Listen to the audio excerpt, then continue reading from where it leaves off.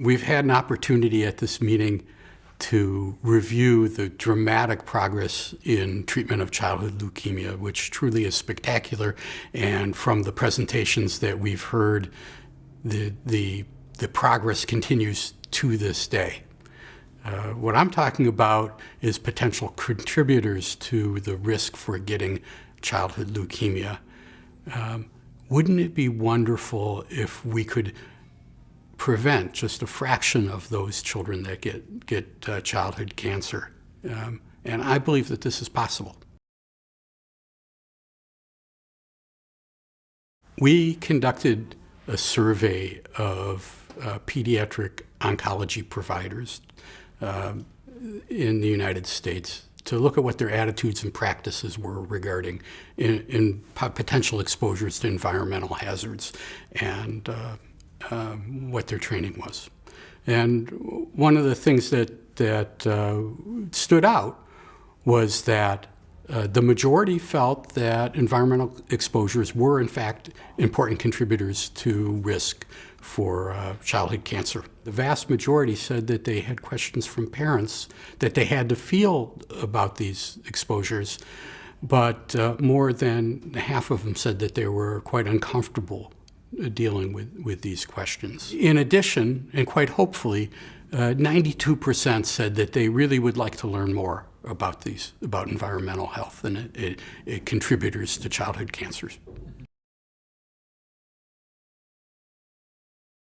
Ones that I'm most concerned about, for which there's the strongest level of evidence, is exposure to air pollution and particularly traffic-related air pollution, exposure to pesticides in the home, as well as potentially occupational exposure to pesticides, and tobacco smoking.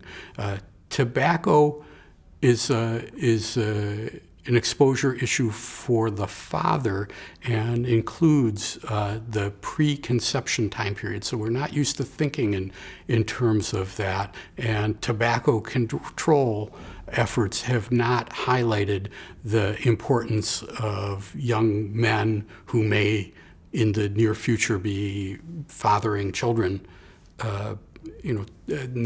not smoking to reduce risk of health consequences in their children. In addition to risk factors that have been identified, there are factors that are protective, and one that's particularly important to me is folate vitamin or vitamin supplementation with folate. We see women who have had a diet that's high in folate or a folate supplement in the very early period of pregnancy, before they usually go to see an obstetrician for health care, that if they receive that, there's a really significant reduction in risk of their children developing childhood leukemia.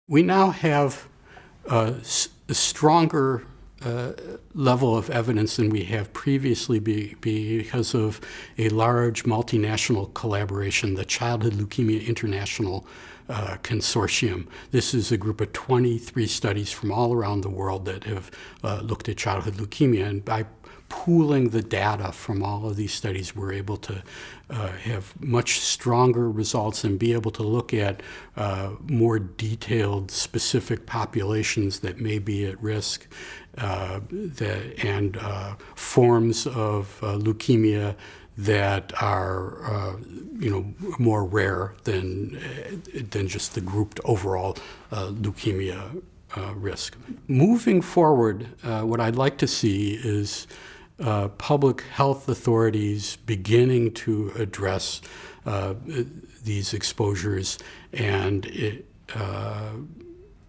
reduction of these risks, exposures in children. In fact, there are already programs for a great many of these, and we see that they're effective in some ways.